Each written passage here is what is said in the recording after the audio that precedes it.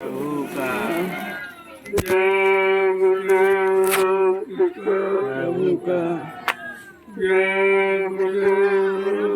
प्रभु का प्रभु का जय परमार्थी रात की श्रमदान सेवा कर रहे सभी सत्संगी प्रेमियों, बड़ा ही सौभाग्य का दिन है जो ऐसे खराब समय में ऐसे गंदे खान पान के बीच गंदी संगत के बीच आपको एक परमार्थी श्रमदान सेवा करने का अवसर मिला। यह अवसर हिंदुस्तान में कहीं नहीं, चाहे किसी धार्मिक मिशन में चले जाओ, चाहे राजनीति, लेकिन परमार्थी श्रमदान सेवा कहीं जब तक संतों के परमार्थी वचन नहीं सुनेंगे तब तक परमार्थी श्रमदान सेवा का लाभ नहीं मिलेगा। ये लोगों को जानकारी नहीं है कि परमार्थी शब्द क्या है, परमार्थ किसे कहते हैं, स्वार्थ किसे कहते हैं। सब लोग स्वार्थ में इतने डूब गए हैं कि सेवा धर्मार्थ परमार्थ उनके दिल दिमाग से चला गया। ऐसे खराब समय में आप लोगों को ये अवसर मिला है, ये बहुत ही महत्वपूर्ण है। ये तो कभी कभी किसी किसी को अपने जीवन में ऐसा सौभाग्य मिलता है कि जब वो परमार्थी श्रमदान सेवा में शामिल शरीक होकर अपने दुख तकलीफों को दूर कर सके, अनंत जन्मों के पापों के बोझों को हटा सके। ये छोटा मोटा लाभ नहीं इसका, धीरज से समझ में आ जाएगा, सब काम आपका हो जाएगा।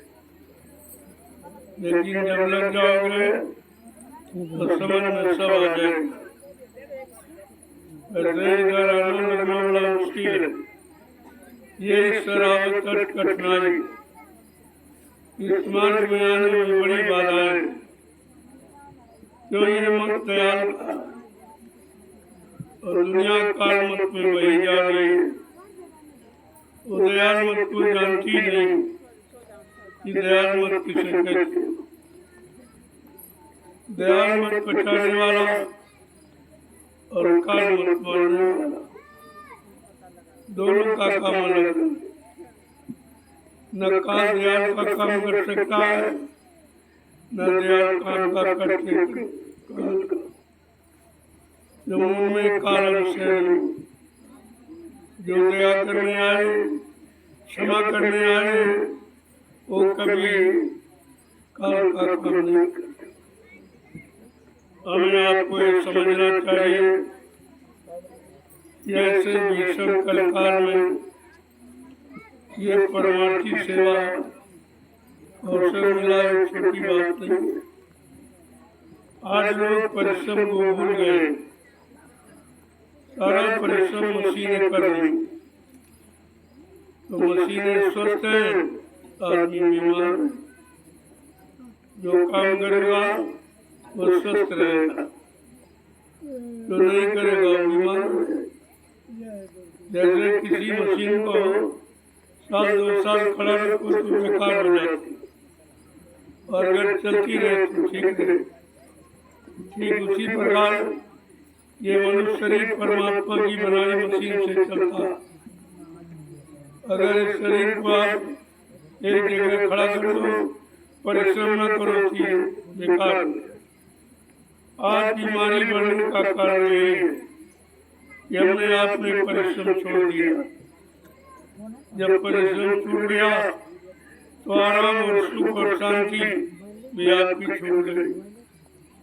इसलिए संत महापुरुषों ने शोध किया कि मनुष्य को सुख शांति कैसे मिले, उसको निरोग स्वस्थ कैसे रखा जाए, तो उन्होंने सोच करके ये परमार्थी श्रमदान सेवा का आधार रखा। अगर ये सेवा करने लगे तो शरीर से स्वस्थ हो जाए, बीमारियां अपने आप चली जाएगी, कोई बीमारी नहीं। जैसे जैसे आप परिश्रम करते रहोगे, शरीर से पसीना निकलता रहेगा, बीमारियां अपने आप खत्म हो जाएगी। ये कितना सरल उपाय है, संतों ने ये जीवों के लिए रखा। ये संत महापुरुषों की दया है जो कलयुग में आए और हमें आपको ये सस्ता सरल रास्ता दे दिया। नहीं तो लोग बीमारियों से इतने परेशान, जो कुछ आमदनी करते हैं, खेती है, दुकान है, दफ्तर है, बिजली व्यापार मजदूरी है, वो सब दवा में चला जाता, साथ में कुछ नहीं होता, सब दवा में खर्च हो जाता और शरीर भी कमजोर हो जाता। पैसा भी चला गया और शरीर भी कमजोर हो गया, आपको क्या लाभ? लेकिन बात समझ में नहीं आती कि आखिरकार इस समस्या का समाधान क्या है। तो संत महापुरुषों ने उसका समाधान निकाला। संपूर्ण दुख मुसीबत का समाधान किया आपने परिश्रम और ईमानदारी से काम करना बंद कर दिया। ये ईमानदारी और परिश्रम ही तुमको हर तरफ बढ़ाने का काम करते, इसी को विकास कहते। विकास को जब करेगा जब विश्वास स्वस्थ रहेगा। और बीमार व्यक्ति क्या विकास कर सकता? जो कुछ है उसके पास धन, वो बीमारी में जा रहा, वो बेचारा विकास क्या करेगा? लेकिन सोच नहीं पा रहा कि आखिरकार विकास किधर हम जाएंगे। विकास जब संतों की शरण में आएगा जीव, तो सब समझ में आ जाएगा और सब तरफ से तुम्हारी संभाल करेगा, किसी तरह से तुम्हें बिगड़ने नहीं देंगे। जब तुम्हारा मन खराब होता देखा जाता तो अपनी तरफ लगा लेते, क्योंकि डर रखकर तुम्हारा मन खराब नहीं होगा और किसी साथ लग जाओगे तो खराब हो जाएगा। तो सब तरफ से तुम्हारी मदद करते। लेकिन जीव बेचारा इतना अज्ञानी है कि वो अपने भले को और अच्छे को समझ नहीं पाता। कहाँ हमारी भलाई है, कहाँ हमको कौन भले रास्ते पर चला रहा, कौन हमारा अच्छा काम कर रहा, यही तो जीव के अंदर समझने की कमी। और ये समझदारी जब संतों की शरण में पहुंचेंगे, उनके वचनों को सुनेंगे, फिर वचनों को जीवन में उतारेंगे, तो आपको सब लाभ मिल जाएगा। लेकिन ये वचन कोई बताने वाला तो होना चाहिए। आपको तो वो वचन सुनाएंगे जिससे तुम्हारा सब तरफ से नुकसान हो। जहाँ जहाँ फतेह जिनके साथ गए, सबने आपको खराब किया, क्योंकि वो खराब थे। खराब करना वो जानते हैं, अच्छा करना, अच्छा बनाना जानते नहीं। और यही तुम्हारी भूल रही कि उनके साथ मिलकर आपने अपने आप को खराब कर दिया। अब इतने खराब हो गए हो, उसी खराबी से आप परेशान हो। तरह तरह की परेशानी, तरह तरह के लड़ाई झगड़े, तरह तरह की बीमारी महामारी, तरह तरह की दुर्घटनाएं, काल मौत, ये सब आपके सामने आपके खड़ी हो। और इस समस्या का समाधान किसी के पास न कोई राजनीतिक और न किसी धार्मिक। तो आखिरकार क्यों जाएगा? कोई न कोई तो रास्ता बताने वाला होना चाहिए, कोई न कोई सच्चाई मतलब यानी अच्छाई का अनुभव कराने वाला होना चाहिए। तो जब धीरे धीरे उनकी शरण में जाओगे, उनके वचनों को सुनोगे और करने लगोगे, तो सब तुम्हारे अंदर आगे स्पष्ट हो जाएगा। आज का समय कितना खराब, चारों तरफ कलह लड़ाई झगड़े मारकाट हिंसा चोरी कतलेआम व्यभिचार कुचार इसके सिवा कुछ नहीं। महंगाई गरीबी बेरोजगारी इसके अलावा कुछ नहीं। ये जीवन में सुख शांति दिलाने वाले रास्ते नहीं, ये तो आपको परेशान और मुसीबत में डालने वाले रास्ते। जब तक इनको समझोगे नहीं और इनसे निकलने का उपाय नहीं सोचोगे तब तक आपको सुख शांति मिलेगी। और यहाँ कोई बताने वाला है जो बताते हैं सब अपने स्वार्थ हित की बात बताते, तुम्हारे स्वार्थ की बात कोई नहीं।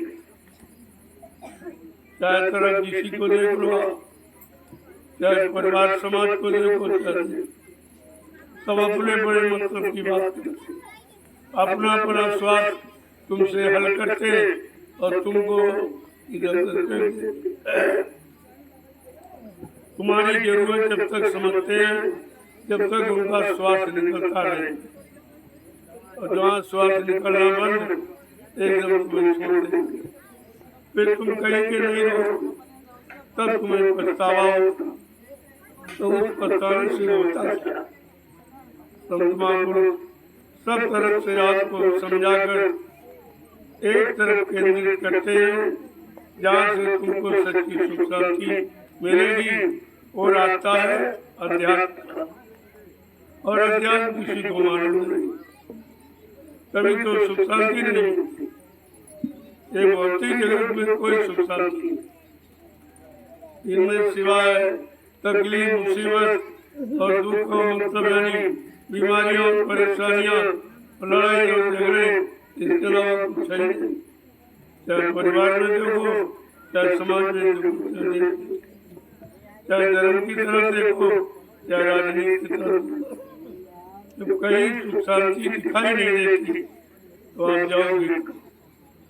कोई न कोई तो रास्ता ऐसा होना चाहिए, कोई न कोई रास्ते पर चलाने वाला होना चाहिए, कोई न कोई मुसीबत आपत्ति से बचाने वाला होना चाहिए, कोई न कोई बुरे कर्मों से आपको अच्छे कर्मों की तरफ ले जाने वाला होना चाहिए, तभी तो एक कार्य आपका हो जाए। और तुम्हारे पास कोई सूझ नहीं, कोई समझ नहीं, कोई ज्ञान नहीं, कहाँ जाए किधर जाए, कौन हमारी मतलब यानी रक्षा करने वाला है, कौन हमें मुसीबत आपत्ति की तरफ धकेलने वाला। इतने दिनों में आप यही नहीं समझ पाए। अब धीरे धीरे जब से संतों ने अपना सत्संग वचन लोगों को सुनाना शुरू किया, धीरे धीरे लोगों ने सुनना था और सुन करके को जीवन में उतारा, तब उनको कुछ पता चला है, अरे नहीं भाई सुख शांति का रास्ता तो इधर, उधर तो सब लड़ाई झगड़े का, उधर सब खराब करने वाले बैठे, जिनको तुम पकड़ लोगे फट से तुम्हें खराब कर देंगे, शरीर से खराब कर देंगे, मन से खराब कर देंगे, बुद्धि से खराब कर देंगे, शरीर से खराब कर देंगे, आपको किसी तरह से छोड़ेंगे नहीं।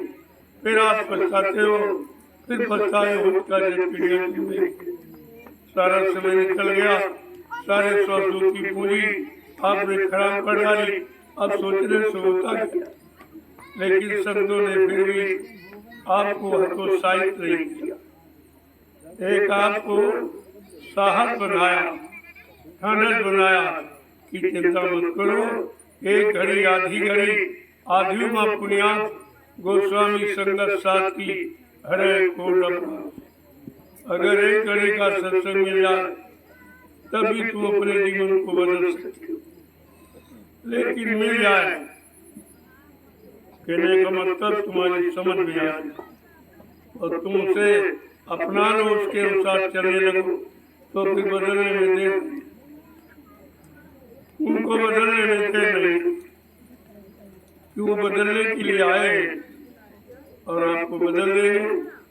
अगर उनके संपर्क में आ गए तो आपको हर तरफ से बदल, हर तरफ से तुमको शुद्ध, जिधर तुम्हारा मन जा रहा हो और उधर से रोक देंगे, हटा देंगे। वो जानते हैं उधर सब खराब करने वाले तुम्हारे मन को खराब करेंगे, बुद्धि को खराब करेंगे, चित्त को खराब करेंगे, फिर तुम्हारे शरीर को कर्मों से खराब करा देंगे। तो जो जो तीनों लोगों ने उनको पकड़ा वो सब खराबी। अब उसी खराबी के कारण आप रो रहे हो कि मेरे पास कुछ रहा नहीं, शरीर भी यानी बुढ़ापा आ गया, शरीर की शक्ति भोगों में खर्च हो गई, हम समझ नहीं पाए, सबने भोगों के द्वारा लूट लिया, कुछ नहीं बचा और आप इन लुटेरों को समझ नहीं पाए। आपने समझा हमारे, आपने रिश्ते बनाए, जिनको रिश्ता बनाया वो भी तो तुमको खराब करा, वो कौन छोड़ दे, बगैर खराब किए कोई छोड़ेगा ही नहीं, उनका उद्देश्य ही खराब करना और तुम उनके खराब करने की शराब को समझ नहीं पाए। आपने इसे प्रेम समझा जो गंदा था, प्रेम पाकशाह में मन होता, प्रेम में गंदगी नहीं होती, प्रेम में विषय वासना भोगों की नहीं होती है, एकदम पाकशाह में मन। तभी कहा प्रेम कहाँ है, संतों के पास खजाना, उनके पास प्रेम खजाना, वो प्रेम की भंडार। आपको उसे सच्चे पाकशाह निर्मल प्रेम से जोड़ लेंगे और आपको पाकशाह कर देंगे। तो कितना बड़ा काम करने आए, ऐसे संत महापुरुषों को लोगों ने पहचाना भी चाहे तो काम नहीं करा, सब झूठ विवाह गए। कितने लोगों को प्रेम दिया, कितने लोगों को सही सच्चे रास्ते पर ला के खड़ा किया गया। मथुरा में 45 करोड़ जीव और सब छोड़ने वाले कोई नहीं बचा। किसी ने नहीं समझा कि हमें क्या देने आए और हमसे क्या लेने आए।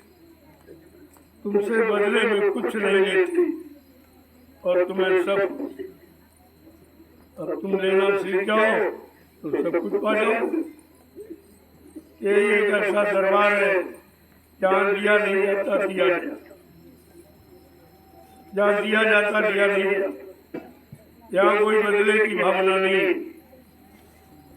इसके बदले आपसे कुछ लिया और सब तरफ से तुम्हारी संभाल की जाती। जब तुम्हारे मन को बिगड़ता हुआ देखते हैं तो फट से उसको अपनी तरफ खींच के ठीक कर देते, सुधार देते और वो घड़ी बिगड़ने वाले तुम्हारे बचा देते। लेकिन फिर भी तुम नहीं समझ पाता कि हमारे साथ कितना बड़ा उनका सहयोग है, कितना बड़ा यानी उनका परोपकार है। लेकिन जब तक सत्संगों में नहीं आओगे, बच्चों को नहीं सुनोगे, सेवा में नहीं लगोगे, तब तक तो कोई काम होने वाला नहीं, आपकी समझ में नहीं आएगा। सेवाएं तो आपने बहुत से की, परिवार की, बाल बच्चों की सेवा, समाज की, देश की सेवा, लेकिन उसमें कोई न कोई आपका स्वार्थ। लेकिन आप जो ये परमार्थी सम्मान सेवा आप कर रहे हो, इसमें आपका कोई स्वार्थ, कोई लोभ लालच नहीं है, कोई अधूरी मजदूरी लेने की भावना नहीं, किसी तरह की कोई इच्छा नहीं। केवल कार्य भी इसलिए करते हो कैसे हम आदेश पालन करें, हम केवल आदेश का पालन करें, हमको इसके बदले कुछ नहीं चाहिए। अब आदेश पालन में वो क्या देंगे ये उनकी मोहे, कौन सी दया कृपा करेंगे उनकी मोहे, क्या सा हमको यानी मतलब हमारा बनाएंगे ये उनकी मोहे।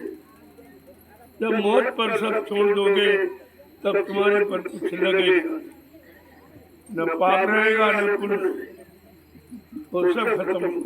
और यही आपको करना है, जब तक कुछ करते रहोगे तब तक भोग करते रहो, भुगतान करते रहोगे, आते जाते रहोगे, जन्म मरण होता रहेगा, आवागमन नहीं छूटेगा।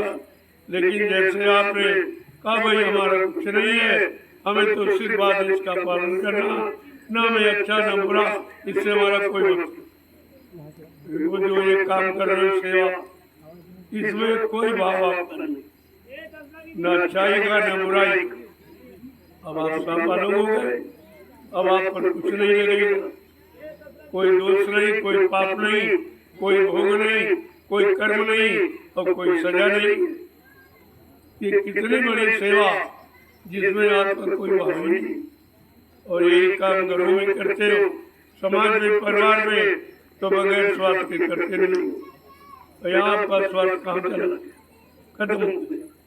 स्वार्थ नाम की चीज खत्म हो, केवल परमात्मा की भावना तुम्हारे अंदर आ गई।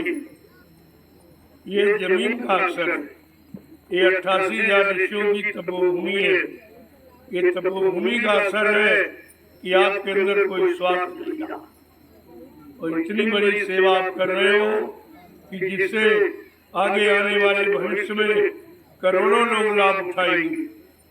ये छोटी मोटी सेवा नहीं है, इसलिए इस सेवा का छोटा मोटा लाभ नहीं, ये लाभ इतना बड़ा। और कितनी सेवाएं आपने की, लेकिन ये लाभ किसी सेवा से आपको नहीं मिला कि ये कोई पाप कर्म आपका कर जाता। तो यहाँ तो कहते हैं अनंत जन्मों के पापों को आप खत्म कर सकते हो इस परमार्थी सन्नाम सेवा से। इतना बड़ा लाभ इसका, लेकिन दुनिया के लोग कुछ नहीं समझते, वो देखते रह जाएंगे, तुम अपना काम बना लो। यही तो महात्माओं की होशियारी है कि अपने जीवों का काम किस तरीके से करते, सबके सामने होते हुए भी अपने प्रियों का काम कर देते। बाकी बेचारे देखते सोचते रहते, उनकी समझ में नहीं आ रहा ये सेवा क्या है, ये क्यों लोग कर रहे हैं। सब देख देख के आश्चर्य करते, क्योंकि ये सारा हिंदुस्तान आपको देख रहा, ये सीधा प्रसारण पूरे हिंदुस्तान में जा रहा और सब देख रहे कि हिंदुस्तान में लोग दिन में परिश्रम करना भूल गए। ये कैसे लोग हैं जो रात्रि में सेवा कर रहे, कहाँ कर रहे हैं? 88,000 ऋषियों की तपोभूमि नैमिषारण्य कर रहे। ये कितनी बड़ी संख्या है ऋषि मुनियों की नहीं है। विश्व में कहीं चले जाओ, कोई जगह ऐसी नहीं है जहाँ पर इतनी लंबी संख्या में ऋषि मुनियों ने तपस्या की। यही पावन पवित्र स्थान है नैमिषारण्य। गोस्वामी जी महाराज ने रामचरितमानस में इसकी पूर्ण व्याख्या की। इस नैमिषारण्य स्थान तीर्थवर नैमिष विख्याता अति पुनीत साधक सुखदाता। ये नैमिषारण्य तीर्थों का महातीर्थ राजा है, ये तीर्थों का राजा है, अति पावन पवित्र है। इस भूमि का लाभ किसको मिलेगा? कहा जब कभी इस भूमि पर किसी संत के साधक आएंगे और नाम की साधना करेंगे, परमार्थी सुंदर सेवा करेंगे, उनको इस भूमि का लाभ मिलेगा। बाकी यहाँ के रहने वाले गांव में उनको नहीं, पंडा पुजारी उनको नहीं। ये लाभ मिलेगा जब किसी संत के साधक इस भूमि पर नाम की साधना करेंगे।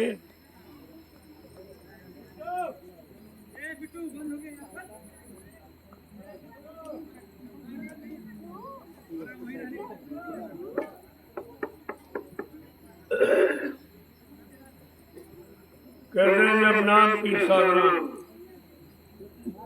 करने वाले जब किसी संत के साधक इस भूमि पर आएंगे, उनको उसका नाम मिलेगा।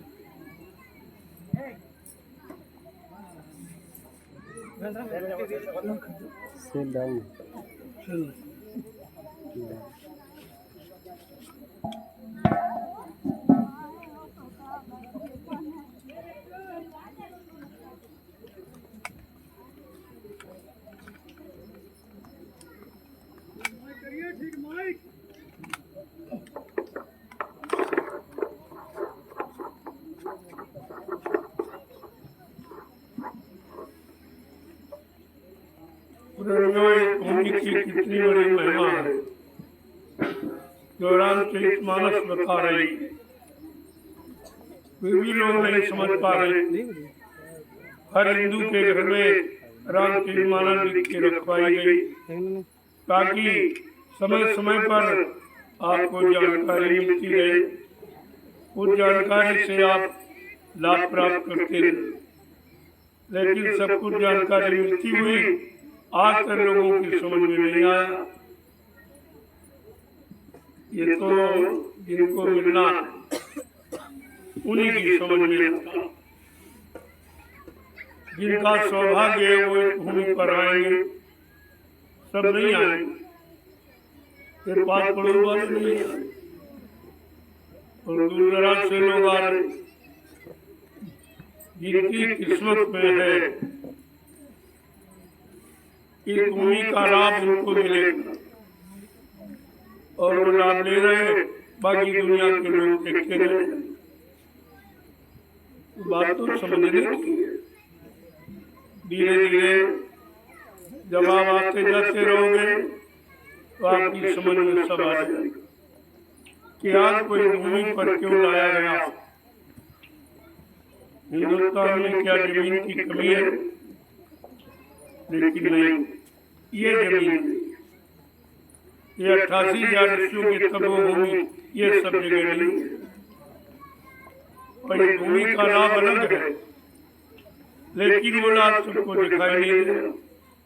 यहाँ तमाम गाँव बस गए, तमाम शहर कस्बे बस गए, लेकिन ये लाभ उनको दिखाई नहीं दे रहा।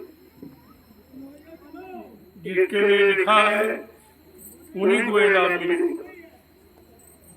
गोस्वामी महाराज ने लिखकर ये सिद्ध किया है, जब किसी संत के साधक इस भूमि पर आएंगे, नाम की साधना करेंगे, परमार्थ की सेवा करेंगे और आध्यात्मिक सत्संग करेंगे, उनको इसका लाभ मिलेगा। ये 3 काम करेंगे भूमि पर, सत्संग, सेवा और भजन, और ये तीनों काम आपके हो और आप लोग तीनों काम कर रहे हो। कहा भाई तुम नहीं समाज खड़े हो, काम तो करके दिखा दिया जाए। केवल खड़े रहो अपनी जगह पर, तभी काम हो जाए। अब आपको खड़े रहना, आप देखते रहिए काम कैसे हो रहा। कहने का मतलब ये है, महापुरुषों ने जो कहा वो करके दिखाया। वो किसी के सहारे नहीं देते, लेकिन फिर भी जीवों को सम्मिलित करते। अरे भाई सब कुछ जिसका जिसका लाभ हो जाए तो अच्छी बात। जो लाभ देने आए वो तो लाभ देंगे ही क्यों, कैसी मतलब कैसे देंगे, कैसी उनकी बुद्धि फेरेंगे, कैसे मन को इधर लगाएंगे, ये तो उनका काम है। वो धीरे धीरे लगा लेंगे। तुम कभी जीवन में नहीं सोचते थे कि हम यहाँ मिट्टी ढोएंगे और आप कर रहे हो। ये कभी आपने सोचा नहीं कि हम इस भूमि पर आकर मिट्टी ढोएंगे, हम इस भूमि को तैयार करेंगे, हमारा इस भूमि से क्या मतलब। लेकिन नहीं, अगर मतलब न होता तो कैसे आपको लाया जाए, और तुमको लाभ मिलना न होता तो आपके क्यों लगाया जाए। ये सब बातें समझने धीरे धीरे धीरे जब आप सेवा में लगे रहोगे, तुम्हारे मन बुद्धि चित्त अपने आप साफ हो जाएंगे और ये सब काम आप हो जाए। अब जो नहीं चाहता था वो भी देखो कर रहा, करने के लायक नहीं, फिर भी अंदर में इच्छा भाव तो है ये हम भी करें, उसका भी लाभ। अगर किसी अच्छे काम को आपने सोच लिया, उसका भी लाभ आपको मिलेगा। ये कितना बड़ा कलयुग में आपके साथ संतों ने लाभ जोड़ा। अगर अच्छे काम को सोच लोगे, सबकी भलाई करने का अंदर में भाव बन गया, तभी आपको लाभ मिलेगा। ये बिना किए का लाभ है। इसका मतलब कलयुग का जीव इतना खराब है कि वो अच्छा सोच भी नहीं पा। करना कराना को दूसरा किसी के बारे में अच्छा सोच ही नहीं पा, किसी को अच्छा बनाने का प्रयास ही नहीं कर, सबको खराब करने की कोशिश करता। यही आपको समझना चाहिए। धीरे धीरे धीरे सत्संगों में आते जाते रहोगे, थोड़ी बहुत निस्वार्थ सेवा करते रहोगे, अपनी गाड़ी कमाई खर्च करते रहोगे, उसी से तुम्हारा काम हो जाएगा, उसी से। क्योंकि लगाने वाला चाहिए। अगर लगाने वाला सही है तो थोड़ी सी सेवाओं से आपका काम बन जाएगा और आपका बदला देगा। छोटी मोटी सेवा से ये कितना बड़ा काम होगा। और थोड़ी बहुत सेवा शरीर की आप कर रहे हो तो कितना बड़ा काम होगा। ये मशीनें भी काम नहीं कर सकती जितना आपने काम किया। तो सब लोग देख रहे। जब मैं इस भूमि पर आया था सब लोग कहते हैं जंगल में क्या कर रहे, आपको जेसीबी लानी पड़ेगी। हमने कहा हमारे पास बहुत बड़े बड़े जेसीबी, आप देखना। और जैसे आपका काम शुरू हुआ सब जंगलों को आपने साफ कर दिया। इतनी कटीले झाड़ियां थी जहाँ लोग घुस नहीं सकते थे, आपने घुस के उनको साफ किया। बड़े बड़े नाले और मतलब गड्ढे आपने पाट दिए। तो लेक देव का असर ये तो मशीनें भी नहीं था। हमने कहा हमारे प्रेमियों के आगे मशीनें फेल है, वो फेल हो गई। इन्होंने मशीनों को फेल कर दिया अपने शारीरिक श्रम से। तो छोटा मोटा काम नहीं है, ये समय का और कलयुग के इतिहास का प्रथम काम है। ये पहला काम है जो आपके द्वारा हो रहा। ऐसे आप लगे रहोगे तो धीरे धीरे कलयुग का इतिहास पूरा कर दोगे। ये सब इतिहास तो बदला। जो लोग कभी नहीं किए आज कर रहे, कभी उन्होंने पढ़ा हाथ से पकड़ा नहीं है, आज ये खुदाई कर रहे। इन्होंने सर पे 1 किलो बोझा रखा नहीं और डलिया बरबर के लेना, ये सब आश्चर्यजनक है। इसी को देखकर लोग ताज्जुब करते। आपका काम छोटा मोटा नहीं, ये समय का और इतिहास का बहुत। किसी इतिहास में भी ऐसा काम किसी ने करके नहीं दिखाया जो आज आप करके दिखा रहे। कहने का मतलब है तुम अपनी सेवा में लगे रहो, तुम्हारा काम इसी से हो जाएगा। क्योंकि जो आगे लोग आ रहे हैं आप उनके लिए तैयार करो, तो अपने लिए थोड़ी कुछ करो। आगे आने वाले लोगों के लिए ये प्लेटफॉर्म आप तैयार करें। जब करोड़ों लोग बैठकर इस भूमि पर भगवान का भजन करेंगे और वो सेवा करेंगे, सत्संग सुनेंगे, ये छोटा मोटा लाभ, उस लाभ को देने वाले आप। न तुम सेवा देते न जमीन होती, न तुम सेवा करते न जमीन तैयार होती। ये सब तुम्हारे द्वारा हो, यही तुम्हारा भजन और यही तुम्हारा सब कुछ। ये तपस्या से बढ़कर तपस्या। कितनी भीषण गर्मी थी और ये प्रेमी दोपहर में मिट्टी ढो रहे, झाड़ियां साफ कर रहे, काट रहे। लोग घरों में गर्मी महसूस कर रहे थे और ये जंगलों में सेवा कर रहे। यही तो बात समझदारी, यही तो कलयुग का इतिहास है जो सबके सामने हो रहा और देखकर भी लोग नहीं समझ पा रहे। क्या हिंदुस्तान में जमीन की कमी थी? मैंने जंगल क्यों लिया? ये कटीले झाड़ियां क्यों खरीदी और बड़े बड़े नाले गड्ढे क्यों खरीदे तुम्हें नहीं मालूम? आप फिर सेवा कैसे कराएंगे? कोई प्लेन खेत में सेवा करता? ये आपको सेवा करने के लिए या आपको सेवा का अवसर मिले जिससे तुम्हारे किए गए पाप कर्मों की अदायगी हो जाए, इसके लिए मैंने ये झाड़ियाँ और कटीले जंगल खरीदे और बड़े बड़े गड्ढे मतलब यानी और नाले आपसे पटवाए। ये कितना बड़ा काम सेवा का।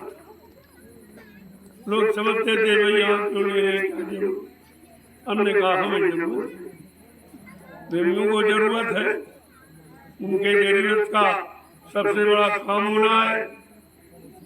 अगर ये जंगल न होते, गड्ढे न होते तो आपकी सेवा कहाँ करते, कहाँ आप सेवा करते और कहाँ तुम्हारे पाप कर्मों की अदायगी होती? तो एक तरह से नहीं, हजारों तरह से लाभ देने के लिए आपको इस भूमि पर लाया गया। और जब तक तुम्हारा पूरा नहीं हो जाएगा कर्मों की अदायगी, आपको सेवा मिलती रहेगी, क्योंकि और कोई सेवा करके आप ये नहीं प्राप्त। प्रेमियों को चाहिए कि लगन के साथ जो करो, लगन के साथ। जय गुरुदेव, जय गुरुदेव, जय गुरुदेव, जय गुरुदेव। जय गुरुदेव नाम किसका? प्रभु का। जय गुरुदेव नाम किसका? प्रभु का। प्रभु का प्यारा नाम। जय गुरुदेव, जोर से बोलो, जय गुरुदेव, राम मिल बोलो, जय गुरुदेव, बोलना होगा, जय गुरुदेव, अभी से बोलो, जय गुरुदेव, दुख दर्द से हरेंगे, जय गुरुदेव, सब कष्ट मिटेंगे, जय गुरुदेव, सुख शांति भी देंगे, जय गुरुदेव, सबके दाता, जय गुरुदेव, सबके मालिक, जय गुरुदेव, प्रेम से बोले, जय गुरुदेव। ये नाम नहीं इंसान का, ये नाम है प्रभु का, ये काम नहीं इंसान का। ये काम है प्रभु का। देखो कितना बड़ा आप काम। ये जयकारा क्यों लगवाया जा रहा? ये जंगल में बेचारे पेड़ पौधे ये कहीं जा नहीं सकते और इनको कोई सुनाने आएगा नहीं, और इनमें भी जीवात्मा है जो पाक साफ निर्मल है, न झूठ बोलती है, न छल कपट करती, न चोरी करती है, न व्यभिचार को चाहती। ये बिल्कुल पाक साफ की बात। इनका भी उद्धार होना चाहिए। आज कलयुग में जो नाम कलयुग के जीवों के लिए जगाया गया, वो नाम सुनने का अधिकार इन पेड़ पौधों को। यहाँ जंगल में कोई नहीं आया और न कोई आएगा। आपको इसीलिए ले आया हूँ कि समय के प्रभु नाम की जयकार लगाकर इन पेड़ों में जो जीवात्मा है उनका भी कल्याण हो। तमाम वायुमंडल में ऐसे जीव हैं, तमाम इस जंगलों में जीव हैं, इन बेचारों को कोई नहीं सुनाएगा प्रभु का नाम, तो इनकी जीवात्मा का कल्याण का कभी नहीं होगा। अरे इनको भी तो अवसर मिलना चाहिए। आज आप कितना बड़ा काम कर रहे हो। शहर कस्बों में तो लोग प्रचार सभी करते, लेकिन जंगलों में कोई। और वहाँ के जीव सब पाप कर्म करते, उनको सुनाते, और ये पाक साफ निर्मल पवित्र है जो जंगलों में रहते। इसलिए ये सब काम करने कराने के लिए आपको लाया गया। आप सेवा भी कर रहे हो और प्रभु के नाम का उच्चारण भी कर रहे हो, अपना भी काम कर रहे हो। इन जंगली यानी मतलब जीवों का और इन पेड़ों में इसकी जीवात्मा का, उनका भी कल्याण कर रहे हो। ये कम है, ये बहुत बड़ी बात है और बहुत बड़ा परमार्थी काम है। एक तरह से नहीं, हजारों किस्म से आप ये परमार्थ की सेवा करें। पेड़ पौधों को समय से प्रभु को नाम को सुना बताना, आवाज लगाना, ये भी परमार्थ, ये भी कोई नहीं कर रहा, किसी को जानकारी नहीं है। लेकिन जब सीता का हरण हुआ था, भगवान राम जब खोज के लिए निकले थे, उन्होंने पेड़ पौधों से पूछा, एक खरपत, एक मृगपत सेनी, तुम देखी सीता पेड़ों से, जानवरों से, जंगली सबसे पूछते थे, अरे भाई तुमने सीता को देखा? ये पूछने का मतलब ये प्रमाण दे रहे, इन पेड़ों में भी जीवात्मा है, ये सत्य बोलेंगे, ये झूठ नहीं बोलेंगे, ये झूठ तो नहीं होते, ये किसी के बहकाने बरमाने में नहीं आते, इनमें कोई स्वार्थ लोभ लालच नहीं। उन्होंने सिद्ध किया, आज वो अवसर आया है, इन पेड़ों को, इन जंगली जानवरों को, यहाँ रहने वाले भूमिगत तमाम अंदर में क्यों पड़े हैं जमीन के, उनको भी ये सुनने का अवसर मिला।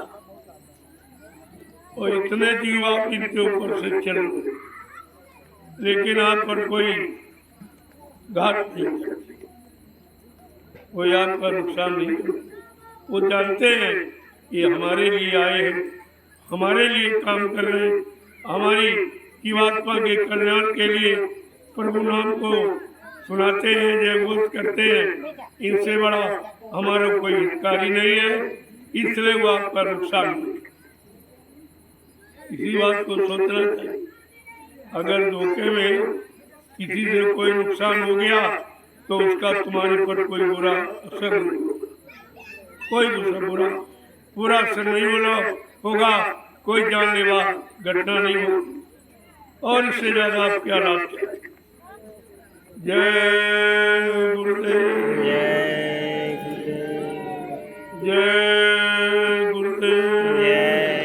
गुरुदेव, सतयुग कौन लाएंगे, जय गुरुदेव, कलयुग को कौन भगाएंगे, जय गुरुदेव, जन जन में सुख शांति कौन लाएंगे, जय गुरुदेव, मानव में प्रेम कौन सिखाएंगे। जय गुरुदेव। इस बात को ध्यान रखिए, ये भी काम किसी के बस का नहीं। जितना भी आपको से कहा जा रहा, सुनाया जा रहा, ये किसी ने पहले भी नहीं किया और आज भी कोई नहीं कर रहा, ना आगे कोई कर सकेगा। ऐसा काम आपके सामने हो रहा, उस काम में आपको शामिल शरीक किया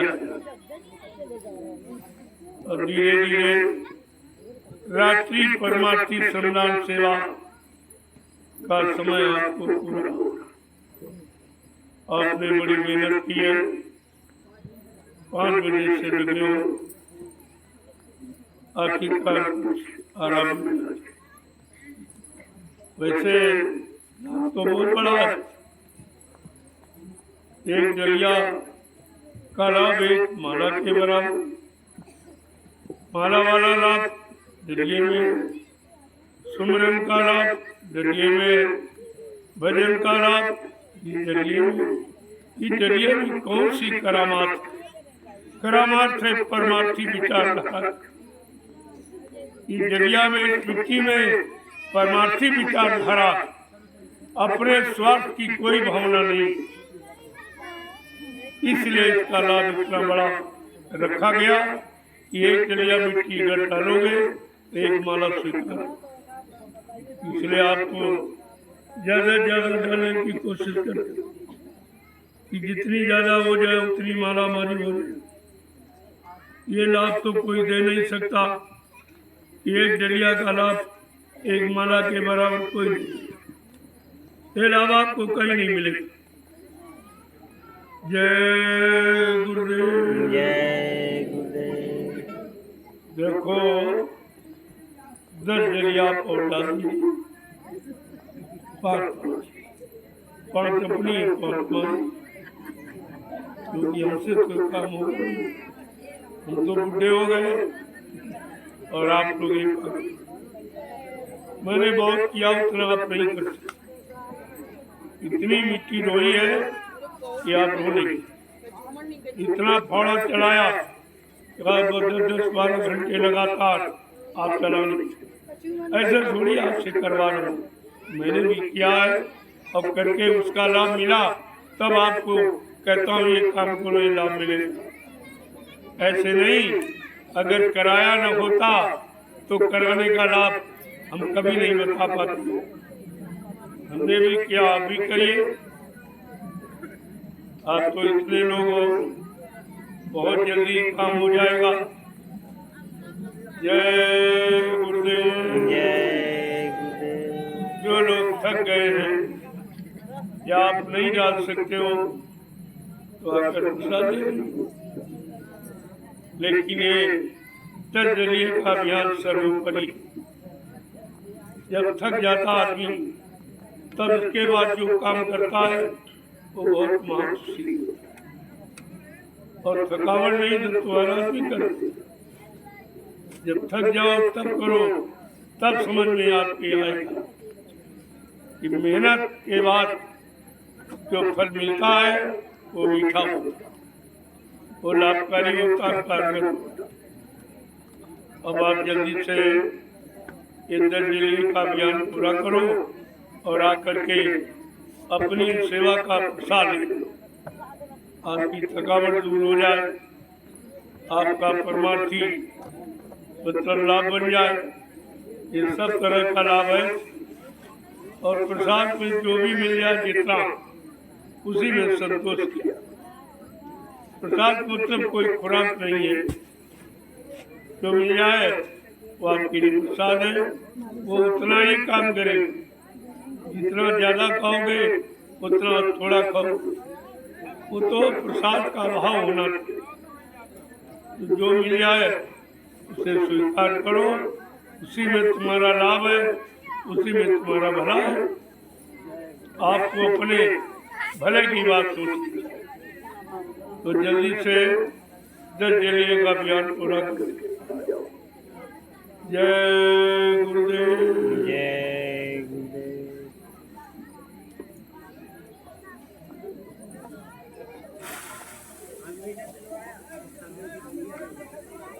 बड़े बड़े दूसरे से क्या प्रसाद बांटने के लिए बहुत बड़े बड़े दूसरे। मालिक हम किडनी नहीं करवाए हैं, हम थोड़ी से नहीं आ रहा है, मां नहीं आ रहा है। जय गुरुदेव। से बांटने में सुविधा होती, पता नहीं लोग क्या करें। जय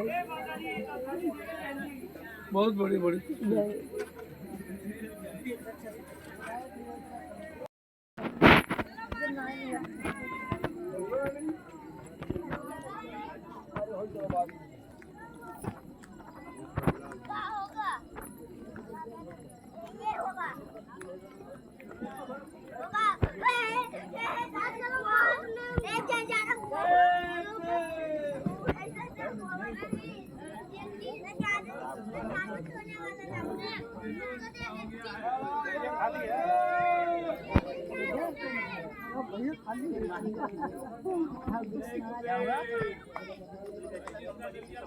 जय गुरुदेव ना प्रभु का डालो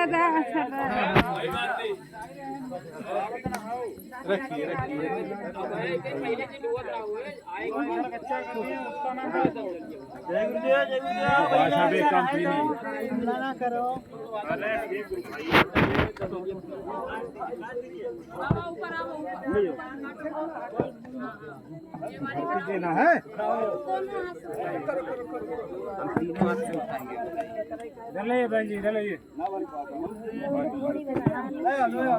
कितना चाहिए आपको?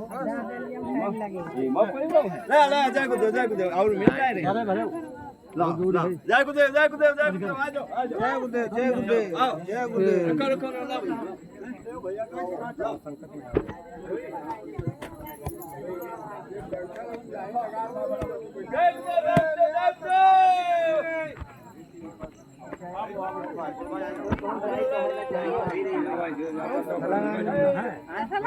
हम तनिक साता ने अब छीन लेंगे।